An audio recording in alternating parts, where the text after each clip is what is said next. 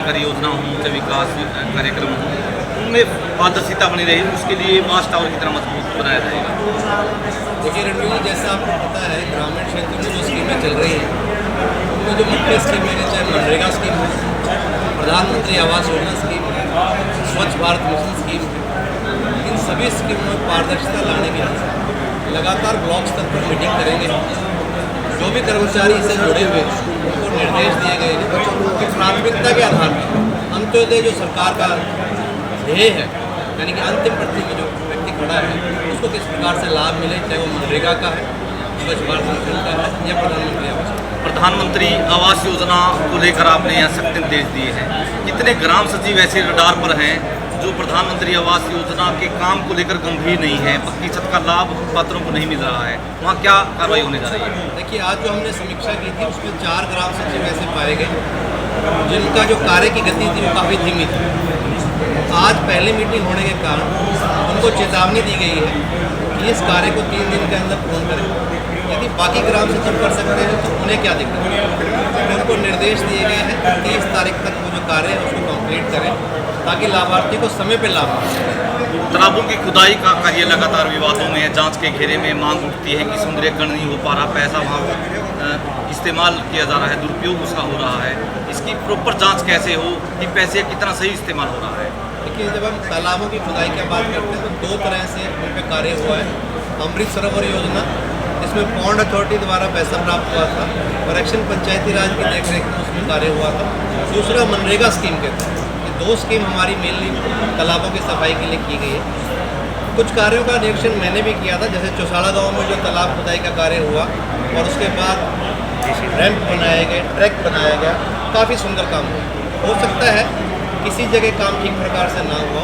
अगर इस प्रकार की कोई शिकायत जैसा आपने भी बताया हमें प्राप्त होती है तो उसकी पूर्ण जांच की जाएगी, क्योंकि जो भी कार्य कराया गया है वो पोर्टल के माध्यम से किया गया, उस पर सारी डिटेल्स हैं कि क्या क्या कार्य कराया गया है, किस कार्य की अदायगी की गई। सिरसा पाई घोटाले की बात की जाए, पहले जो घोटाला हुआ था उस दौरान जो पक्के बिल वाले जो ठेकेदार थे उनकी पेमेंट अभी भी बकाया है।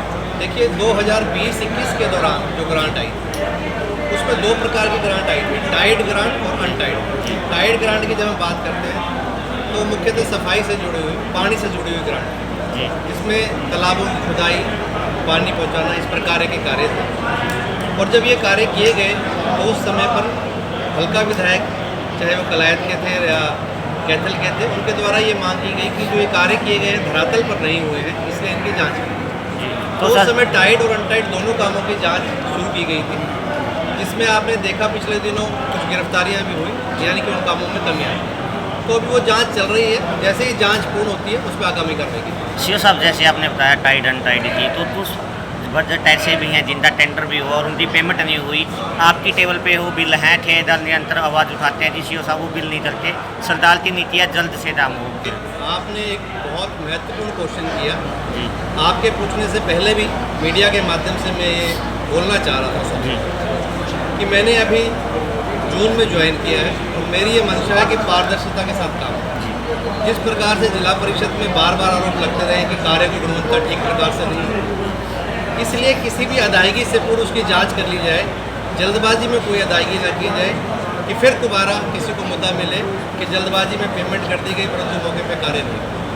इसलिए डिप्टी सीओ की अध्यक्षता में एक कमेटी बनाई गई है जिसमें एक्शन पंचायती राज, एसडीओ, बीडीओ, अकाउंट ऑफिसर को शामिल किया गया है और उनको पाबंद किया गया है कि हर महीने की 15 और 30 तारीख जितने भी बिल प्राप्त होते हैं उनकी वो विस्तृत जांच करें, क्या वो कार्य ठीक प्रकार से हुए हैं, नियम से ऑर्डर दिए गए हैं कि नहीं, उनकी टेस्टिंग की गई है कि नहीं, और उसके बाद वो बिल प्रस्तुत करें और उनकी अदायगी। सीओ साहब, इस संबंध में पिछली मीटिंग में हमारे पास 9 बिल प्राप्त हुए थे, जिनमें से केवल 2 बिल ऐसे थे जिनके दस्तावेज पूर्ण थे। उन दोनों बिलों की अप्रूवल कमेटी से हमें प्राप्त हो चुकी है और आज या कल में उनकी अदायगी अध्यक्ष महोदय और मेरे द्वारा कर दी जाएगी। बाकी के 7 बिलों में कमी होने के कारण वो वापस कंसर्न अधिकारियों को भेज देंगे। सीओ साहब, प्रशासन से टाइम देवदारियाँ बता जा रहे हैं, बहुत लंबा टाइम हो गया, तो क्या मानते हैं ये खामियां? मैं आपको बता दूँ, ये अगर आपके नॉलेज में ऐसा कोई कार्य है तो आप काम का नाम बताएं जी। देखिए, जनरल बात करना बड़ा आसान है जी। तो आप काम का नाम बताएं कि ये काम है, इस गांव का काम है, ताकि मैं उसकी जांच कर सकूं कि वो किस स्तर पे पेंडिंग है, क्यों पेंडिंग जी। सीओ साहब, क्योंकि प्रशासक के टाइम में जो कार्य हुए थे जी। उसमें 2 प्रकार के कार्य थे। एक कार्य डिपार्टमेंटल, एक कार्य टेंडर के। तो जो डिपार्टमेंटल कार्य उस समय बिल प्रस्तुत किए गए, साथ के साथ उनकी अदायगी की गई। उस समय मैं था यहाँ पर, और जैसा आपको पता है कि पिछले 2 साल के दौरान मैं नहीं था, और पिछले 6 महीने के दौरान सीओ भी लगभग लगातार कोई रेगुलर नहीं रहा, जिस कारण से हो सकता है कुछ ऐसी अदायगियाँ हों जो पेंडिंग हो। परंतु फिर आपके माध्यम से मैं कह रहा हूँ, अगर ऐसी कोई भी अदायगी पेंडिंग है तो वो जो डिप्टी सीओ की अध्यक्षता में कमेटी बनाई गई है उसको बिल दे सकती है, उसकी जांच करके